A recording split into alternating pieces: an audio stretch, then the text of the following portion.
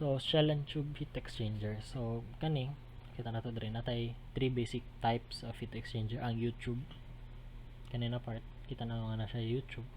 Single pass which is ang 1 2 single pass tube, and atong 2 pass na tube. So 1 2 dili lang tube ang actually pwede na i-pass na kaduha or kaisa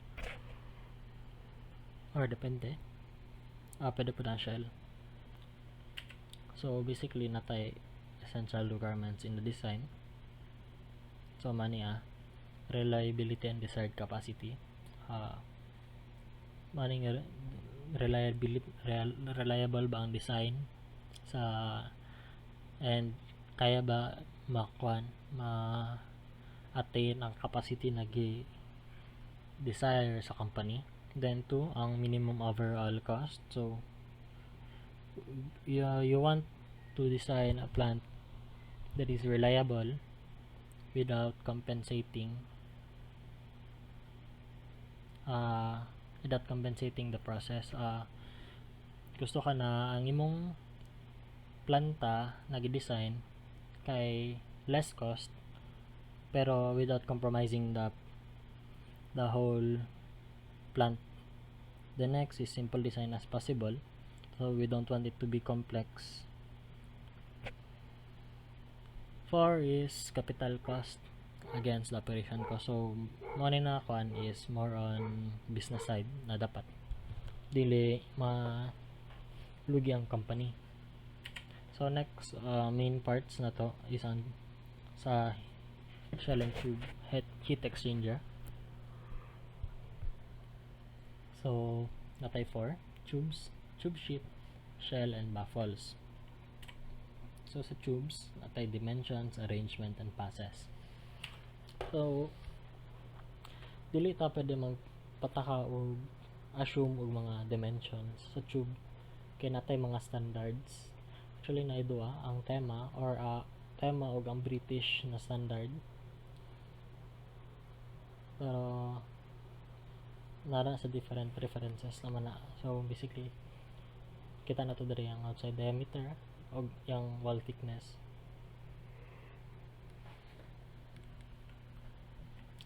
So next is ang tube arrangement. So tube arrangement basically duha lang man na siya, ang square pitch ug triangular pitch. Pwede i-rotate ang square pitch mo na nakay square pitch rotated, and triangular pitch with cleaning lanes kanina part nakay cleaning lanes diya. Then tube sheet. So ang tube sheets mo na naga-hold sa mga tubes. So basically dili ta pwede mag-assume gyapon og number of tubes. Kailangan na to og data og mga standards gyapon. So makita na to number of tubes and diameter bundle which is ang tube sheet. So makita na to dire. Pwede lang na to siya calculate, pero depende po sa imong pitch na gigamit ng square pitch or triangular pitch. Pero pag-abot sa YouTube, nakay tubes in center dB over PT, which is ma-change yapon na siya kay since ang YouTube man ang pinakakuan mas unique sa ilaha, so kailangan i-compensate yapon ng iyang design. So sa shell, same thing goes gyapon sa tubes ug shell. Di gyapon ta pwede mag-assume, nagyapon siya mga standards in terms of diameter. Depende pod sa iyang sa iyang thickness, diameter sa shell, carbon ba yung gamit or alloy, depende sa mga fluid actually na. So basically natay mga different types of shell. Natay tema E, F, G, H, J. So kana na part kani mana E is pinaka basic diri na sa tanan nga nagkadalasan mga pinaka standard na to na ginagamit sa mga design, pero pwede pa natin gamitin ng uban. Uban ginagamit sa reboilers then so differentials is used for different purposes. So next ang baffles. So baffles mo yung mga kuan nagahimo og kuan spaces sa flow sa fluid. So ang baffles ang kuan ani purpose main purpose ani niya is to make the current or the flow of the fluid into what's the term, turbulent flow. So mas turbulent yung flow, mas kuan ang heat exchange within the fluids, shell and tube, mas efficient. So next, magyapon ang baffles na siya yung mga kita na to diri ng baffles na siya yung mga spaces kanang na siya arrangement within the spaces. So dito pwede mag-assume na gusto na ko na ang baffles kay nanay imong kuan nanay lang distance difference. So gyapon natay mga standards gyapon na. So next is kita na to dire ang fluid allocation, kung sa shell ba siya or sa tube ibutang. So basically ang kulangan na is 1 ang corrosion, fouling, fluid temperature, operating pressure drop, viscosity, and steam flow rate. So basically kani sa corrosion, so ang mas corrosive na to na fluid should go to the tube side kay since mas dako man ang shell kaysa sa tube, dila ta pwede magbutang og corrosive na fluid sa shell kay mas expensive man kung ang imong shell kay imong alloy or other components na maka-resist of corrosion. So mas better if na siya sa tube side. Then fouling, mas okay siya kung na siya sa tube side gyapon kay it will have a better control sa heat exchange sa system. Then fluid temperature, so ang high temperature nimo should go to the tube to reduce overall cost. Then next ang operating pressure, so high pressure steam should be allocated also in the tube side kaya it will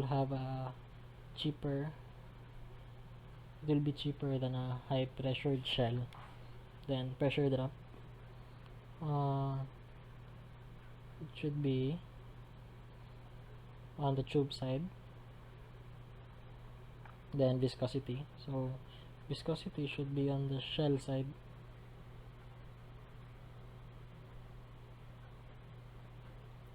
Providing the flow to be more turbulent, which makes the heat transfer coefficient efficient. Then steam flow rates, allocating the fluids with the lowest flow rates the shell side will normally give the most economical design. So sample problem, so water flowing at a rate of 120 kg per minute is heated from 30 degrees Celsius to 70 degrees Celsius in a heat exchanger. The heat exchanging fluid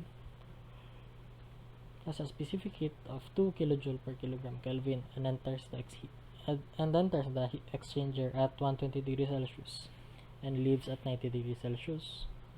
The overall heat transfer coefficient is 420 watts per meter square Kelvin. Assume the specific heat of water to be 4 kJ per kilogram Kelvin. So basically, itong problem, so man itong given the time mass flow rate sa water, T1 and T2 sa water, and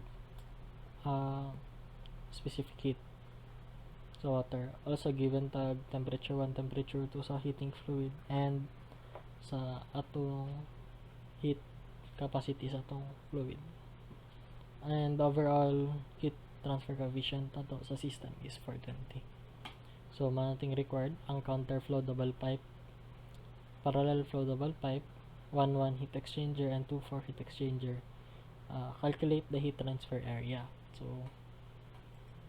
So first, ang button na to is calculate sa nato ang enthalpy balance ito. So ang Q niya. So since naman ta equation na ni, i-plug in na to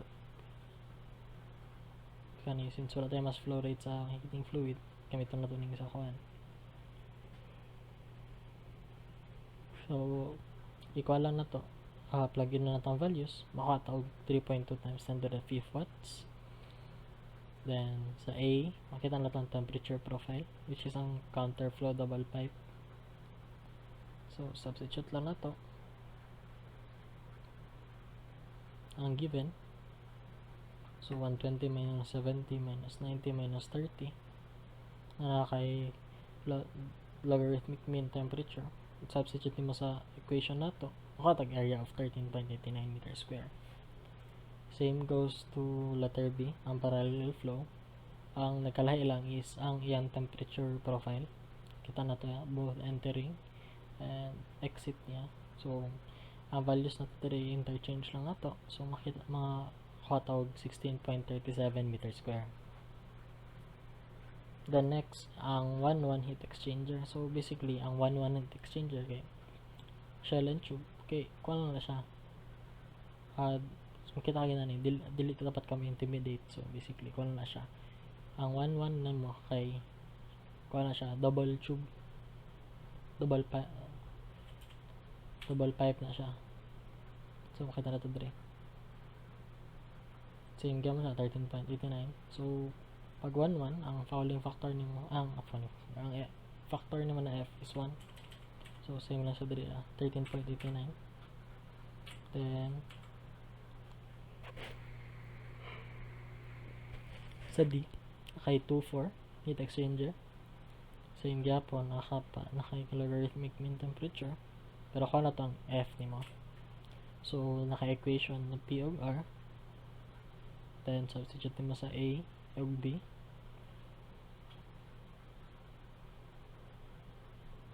Okay, magamit na sa next equation. So next is kung to F 2-4. So 2-4 na heat exchanger. Nagya po actually na 1 dire. Single pass. So makita na to. Ang nailain na ako ang equation pero kaning to mawala lang ni. So substitute lang to tong na value sa A ug B ug sa R. Kita mo na to dire ang R ug sa P.